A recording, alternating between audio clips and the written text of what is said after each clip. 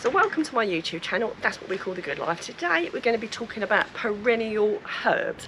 Now what do I mean by perennial herbs? Well, perennial herbs are herbs that come back year after year after year, so it saves you a lot of time and energy having to re-sow things every single year. Now if you've not already subscribed to my channel, if you could please do so, because you'll get lots of helpful hints and tips all throughout the year from my allotment, my home garden, and from time to time my home kitchen. Now I'm in my home garden at the moment, and I'm just going to take you for a little tour around my garden of the herbs that I've grown, and I've had them for years and years, and that keep serving me in cooking, in teas, in all sorts of different things, in salads. Herbs are such a fantastic thing to grow, and perennial herbs are even better because they grow without any effort, often a bit like weeds, and you don't have to look after them, you don't have to water them, you don't have to worry about pests. They just keep on growing. So let's get started with the things I've got in my garden, and I'll also mention a couple of other things that I've not got at the moment as well. Now, mint. I've got mint. I've actually got two types of mint. I've got like a normal common or garden mint that you would just use for putting in salads, making mint tea with. There are lots of different flavoured mints. So I have got some chocolate mint out the front, which is fabulous in tea, but you wouldn't necessarily put that in a salad or something. And there are also pineapple mints. There are, I've had a strawberries and cream mint and before, so there's lots of different varieties out there, so really worth looking at those. And I use mint for so many things.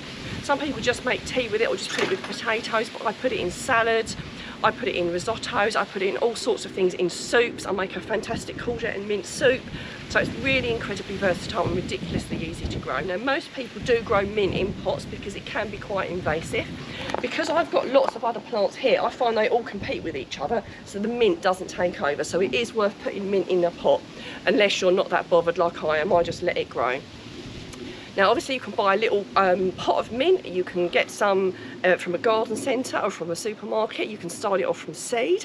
You can take a cutting, which I'm going to be doing in another video, showing people how to do cuttings, or you could get a mint off someone else's plant, take a little bit of the root out and just plant it yourself. So it's a really, really easy thing to cultivate. So something else that I've had for years is my bay tree. So that is in a pot because they can get really big, but all depending what your space is like, that could just as easily go into the ground. I bought this as a little plant quite some years ago. I don't know how many years I've had it. Some years it's almost looked like it's going to die, but somehow it's still here now, so it's absolutely donkey's years old. So bay is really useful for various things. You can put it in, people even sometimes put bay in sweet things. I mainly put it in bolognese is one of my favourite things, and various casseroles and stews. So again, a really great thing to have, a bay tree. And again, something that just keeps giving and has lasted absolutely years and years.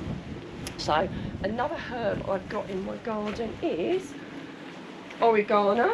So oregano and marjoram are quite similar. Generally oregano is more spicy and marjoram is a little bit more sweet and citrusy. This is a spicy one, which is really quite nice. It's obviously flowered now, so it looks a little bit tired, but it is still plenty of leaves on there to put in things. I think there's actually a little bit of strawberry mint mixed in with that. I mean, I know the difference, but something that's self-seeded, yeah. So that's actually, that bit there is a strawberry mint.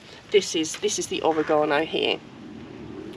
Really good for bologneses, casseroles, pizzas, pastas, all sorts of things. And again, I don't know how long I've had this plant. I bought it as a tiny little plant. Every year I trim it down and it just keeps coming back year after year after year. So a really good addition to your pot. You can start it off from seed, or you can buy a little pot like I did quite a few years ago. I've definitely had my money's worth, because if you buy a pot it comes along a little bit quicker. So other herbs that are really good that just keep giving, obviously because a lot of you know that I'm moving from this house to another house, so not everything's here, but in my other house that we're moving to, I've started off some chives. Again, once you've got them in, they just keep coming. You can buy a little pot, or you can start some off from seed. I've just recently started some off from seed and they germinated really, really quickly. Either or, there's no right or wrong there, but it's a really easy thing to do. Another thing, thyme is another plant that again, I use it for so many dishes, incredibly useful to have. And once you get these herbs in your garden, I now, because I'm between two houses and I haven't got everything in one place, if I haven't got something, well, I look at the price of it in the supermarket and I think, oh my goodness, I've got it here and I haven't got it there. It saves you so much money. So yes, the thyme, you can start off from seed or you can buy a plant. Again, there's so many different varieties of thyme. I particularly like the lemon thymes, but again, There's so many options out there. If it's something that you like, look into it a little bit more and choose what's right for you. A bit like the mints, maybe you'll have 2 or 3. The other thing I've got is parsley. Now I did cheat a little bit because I ran out of seeds, so I just bought a little pot from a supermarket for about £1, and generally speaking they're not really hardy, so sometimes your parsley plant doesn't come back, but generally what I find is it will die back in the winter, and it is quite hardy, so it will take some of the cold and then it will come back in the summer. So again, parsley, you can start it off from seed or you can buy a small plant. So again, a really easy thing. And parsley, I find it so incredibly versatile. I put it in so many dishes. I often put quite a lot in a salad, in some salads that I do. So definitely really worth getting some of that. Now let's move out into my front garden to see some of the herbs I've got out there. We're now in my front garden. Again, the other benefit of things like herbs, you can snick them into your front garden and other people don't know they're there. It's not like having, I don't know, some tomatoes in your front garden. They can really nicely blend in and be good for the beneficial insects and provide you with some flavouring and some food as well. So before I get on to the things I've got in my front garden, if you're getting value from this video and you'd like to do something called Buy Me a Coffee, I will put a link up on the screen and one in the description. I'd be really grateful, and it really helps me keep this channel running. Now let's move on to the herbs I've got in my front garden.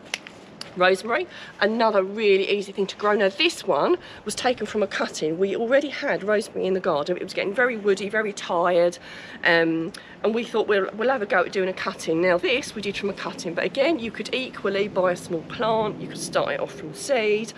You could do a cutting like we did, and this is absolutely doing brilliantly. So we're going to have to do some more cuttings now we're moving. Got a bit of time, which I will be doing another video on that at some point about cuttings, because I'm going to be needing to do more of it myself. So incredibly versatile for dishes, adds a great deal of flavour, and again, very easy to grow. Like I'm saying, in fact, all these are really easy to grow. They just grow naturally. You don't do anything with them at all, apart from sometimes you have to trim them down. It depends on what ones they are, but most of them you just let them be. So the other thing I've got here is lemon balm. So another thing that's really good with some dishes, some sweet dishes, makes a lovely tea.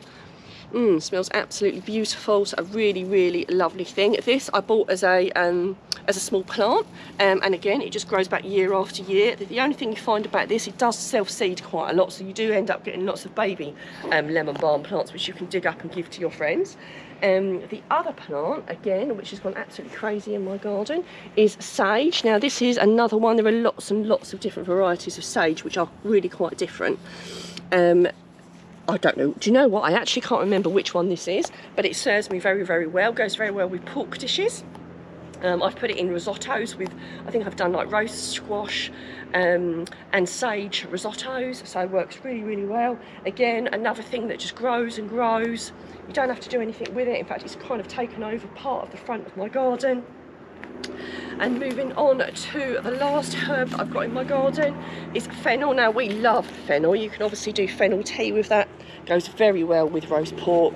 There's lots of different things. Goes well with fish. Now this is at the stage where they're starting to dry off. So this, I leave these a little. In fact, some of these I can start to harvest. So these ones here, I take these, you wait for them to dry, and then I store them. When I've got a few jarfuls through the years, so I never buy fennel seeds. Earlier in the year, you get more leaf that you can use in dishes like fish. As you can see, that's ended now. The leaves are all starting to die off. But again, a very, very versatile herb, and again, one that just keeps growing back, and you will probably find other plants growing. So again, you can share it with your friends if you get too many plants growing. So again, a very, very easy thing to grow. Now I do hope you've enjoyed watching this video. If you want to learn more about other perennial things you can grow, like perennial veg, we'll put a link up on the screen and one in the description.